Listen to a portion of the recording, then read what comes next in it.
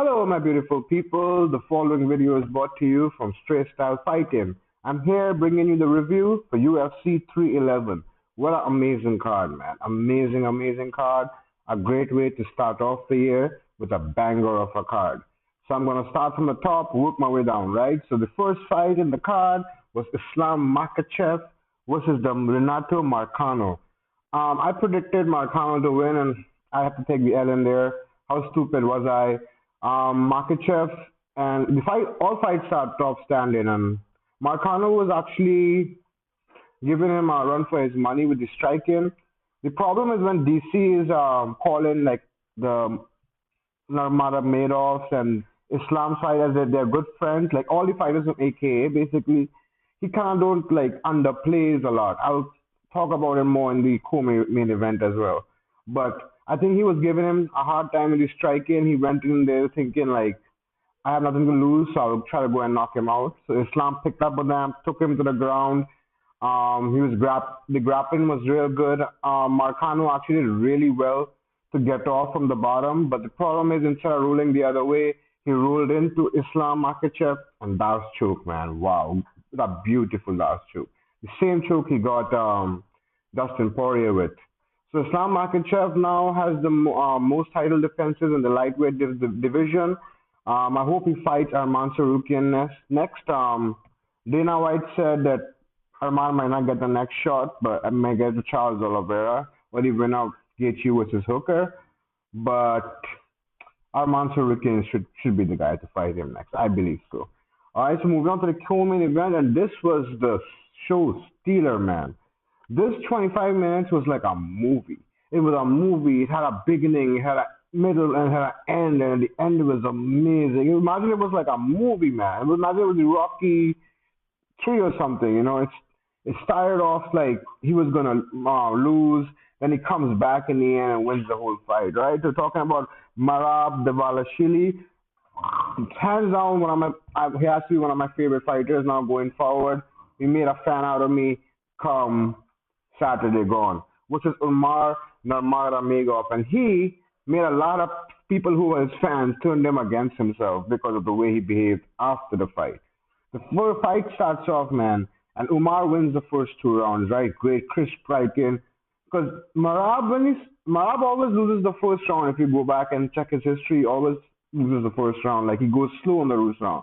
Even if the judges really want to give away the first round, like even if you look at the Sean O'Malley fight and stuff, the judges could actually give the fight to his opponent. So it kind of goes down to the judges what they're seeing in his first round. So the first 2 rounds he loses, and the part that was kind of like was amazing me that he was losing the first round, but he was like smiling, like he knew something was up, like something was gonna change dramatically.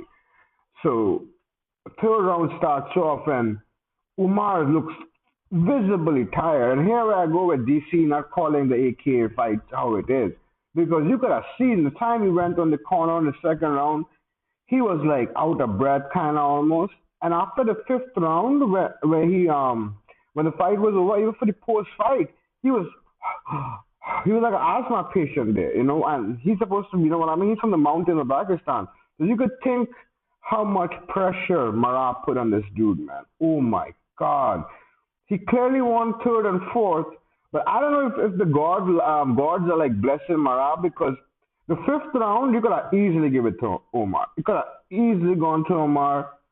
Omar won basically the first 4 minutes, and the last minute he hit him with one good right shot. And when they said damage, that was the closest the fight was to being stopped. So he kind of won that fight on that.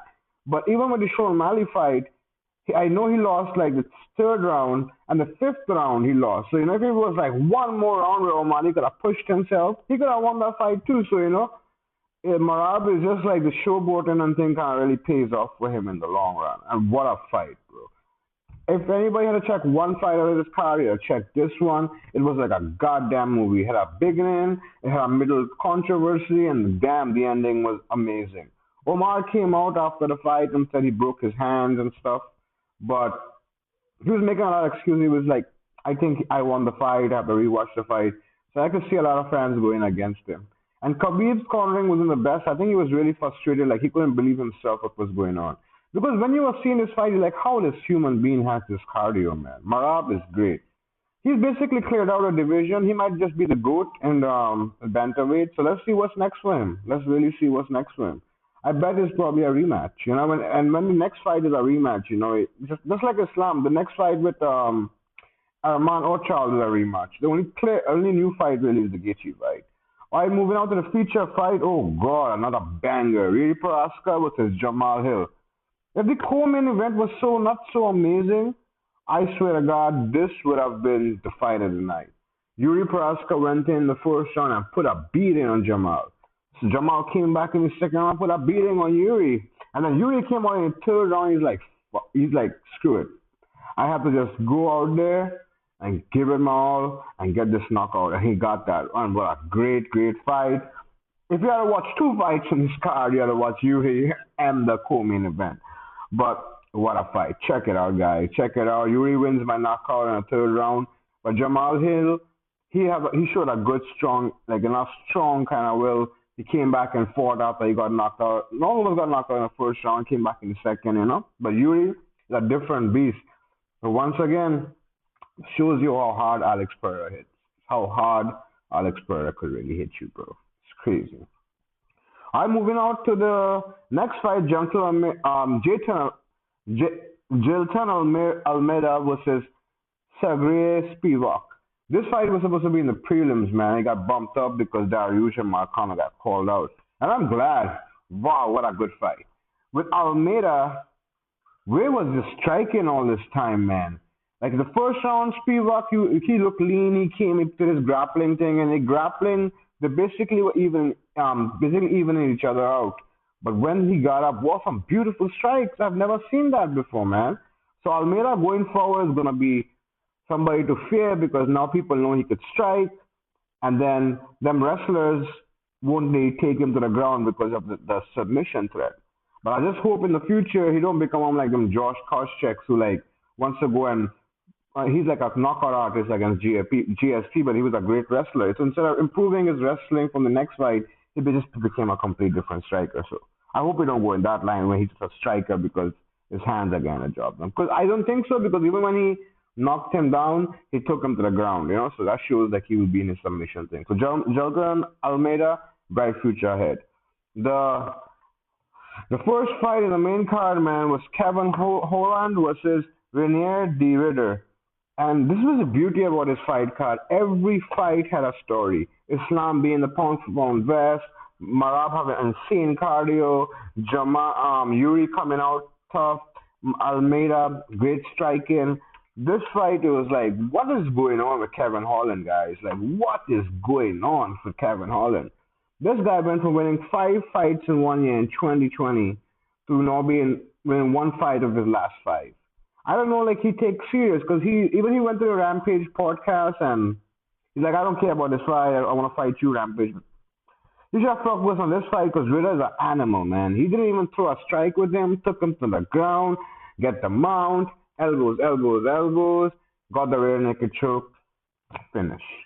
All right, so also next thing about this card was every fighter that came with the O who were undefeated lost today.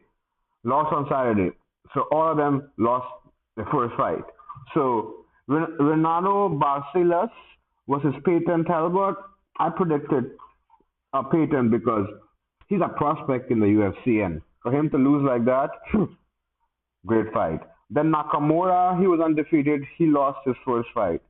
Bagdam Gustav defeats Billy Alcana.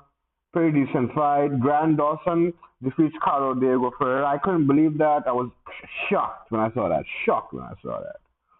Otherwise, Alan Perez beat Carlos Rosa. Tough with Nakamura. So the main card was good. The prelims are only excited because undefeated fighters lost, but it wasn't like so much of a banger fight, guys. So stay tuned. This was my review for UFC 311, and stay tuned to the channel. I'll be coming with my retro review for UFC 82, Anderson versus Henderson.